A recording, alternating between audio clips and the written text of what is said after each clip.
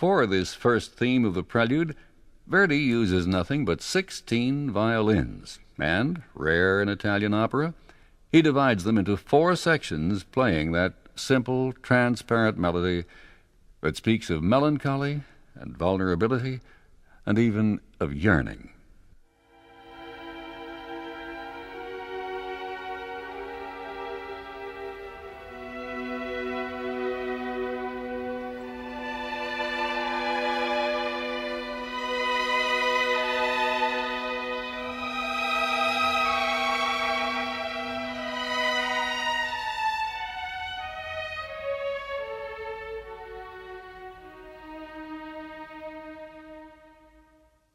A melancholy and vulnerability and yearning that later will be recalled only too appropriately.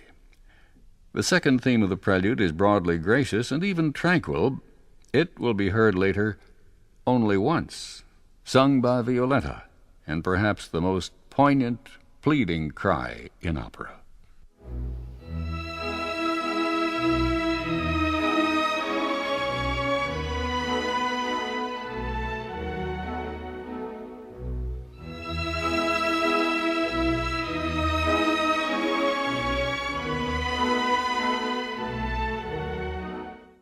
That theme is taken over by other instruments as the violins shift to a frivolous facet of Violetta's character, but perhaps pensive as if in memory.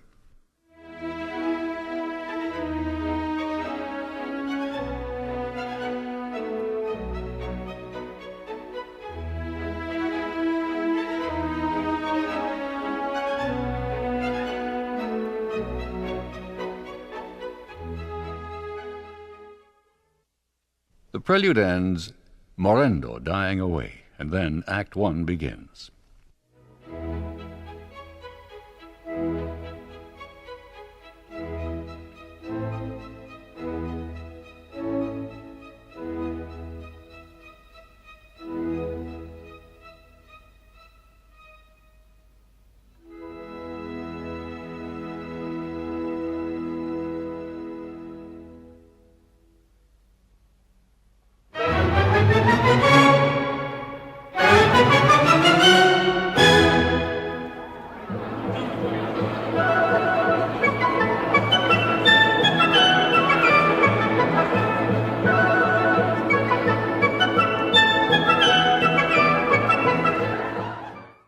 The curtain has risen on a lavish party where the hostess, Violetta, is chatting with a sympathetic Dr. Granville, who, sadly, will play a more active role in the final scene. With unobtrusive skill, Verdi's librettist, Francesco Piave, quickly gives us quite a bit of information. Late arrivals explain that they were gambling at her friend Flora's, and in Act 2 we'll see gambling at Flora's that is both significant and dramatic. Violetta welcomes the guests, but they ask if she is well enough to be partying. Pleasure, she says, is the drug that eases her suffering. Her friend, the young Viscount Gastone, presents a new admirer, Alfredo Germont. Gastone tells Violetta that Alfredo thinks of her constantly. When she was ill, he rushed to her door every day to ask about her. Violetta finds it hard to believe, but she teases another admirer, Baron Dufault, for showing less devotion. When he protests he's known her only a year, she points out that for Alfredo, it's been only a few minutes.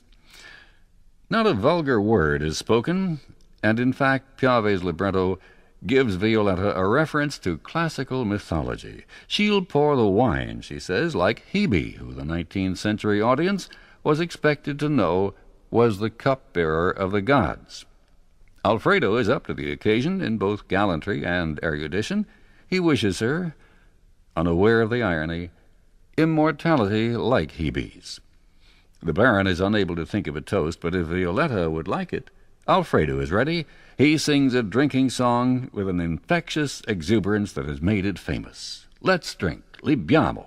Libiamo, libiamo nei lieti carici che la bellezza infiora e la fuggevol ora si è via voluta.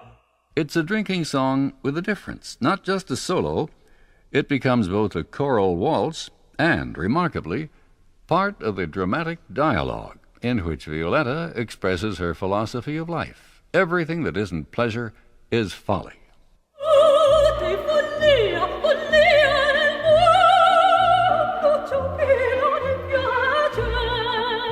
And the chorus agrees when she calls, "Let's enjoy ourselves. Godiamo."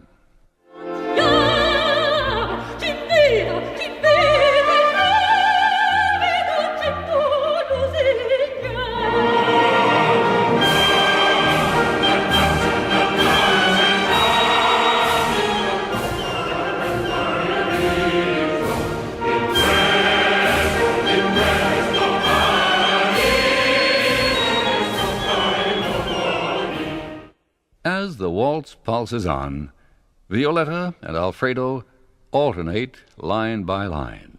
Life, she says, is only revelry. Alfredo counters, "When you're not yet in love. Don't say that to one who doesn't know it.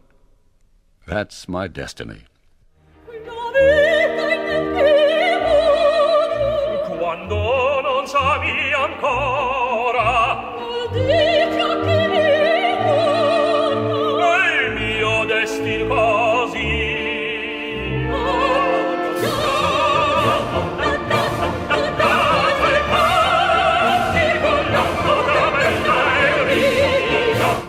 Now the guests hear an offstage band, the Banda.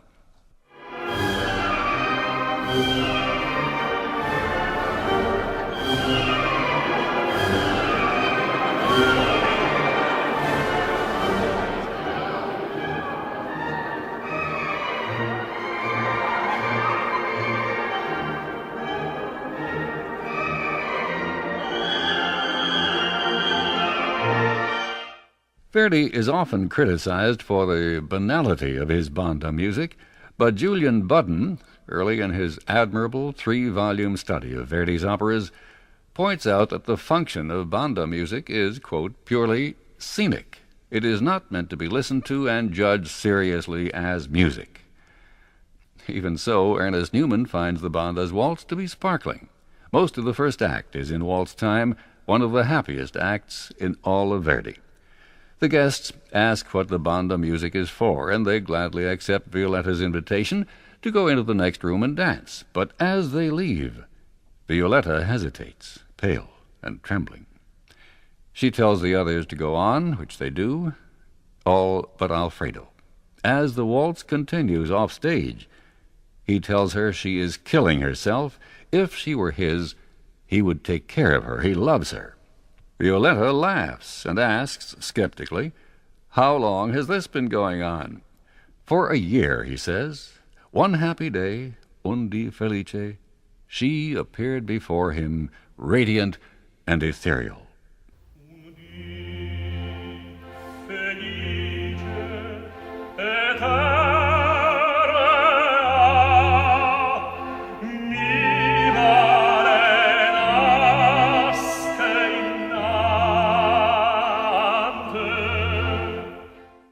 And since that day he has trembled with undeclared love, di quell'amor, of that love which is the pulse, palpito, of the entire universe, mysterious, noble, both the cross and the delight of the heart. Croce delizia al cor.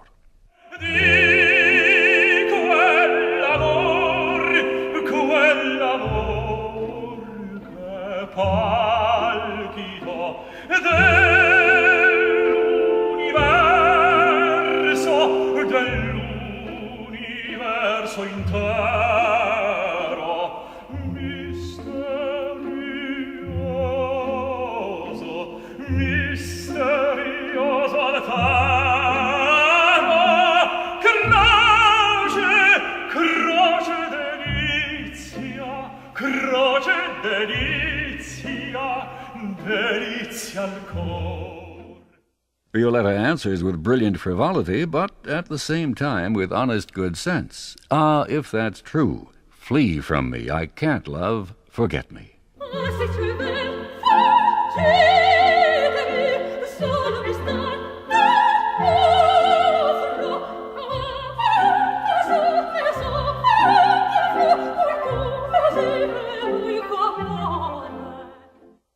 It's positively painful for me to leave out the rest of this duet, in which their contrasting lines blend in a melting cadenza. But Verdi has poured out so many marvels of both melody and technique in La Traviata that to play only the highlights and to comment in detail on them would take, I'm sure, triple the length of the whole opera. Benjamin Britten said that after hearing Traviata a dozen times in quick succession, he felt he was just beginning to appreciate it.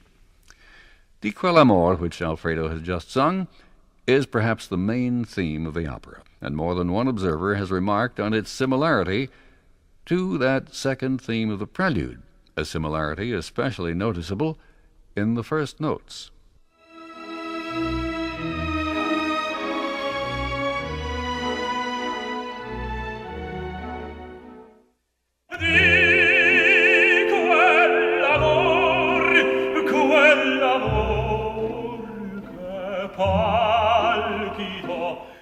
We'll hear Di Quell'amor again soon. It's been called a leitmotif of the opera, but the prelude theme itself, as I said, will later be a poignant cry from Violetta.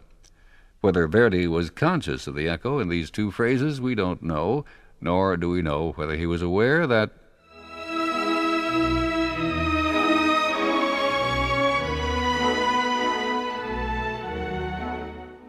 is heard almost note for note in an earlier opera by Donizetti, an opera named Pia de Tolomei.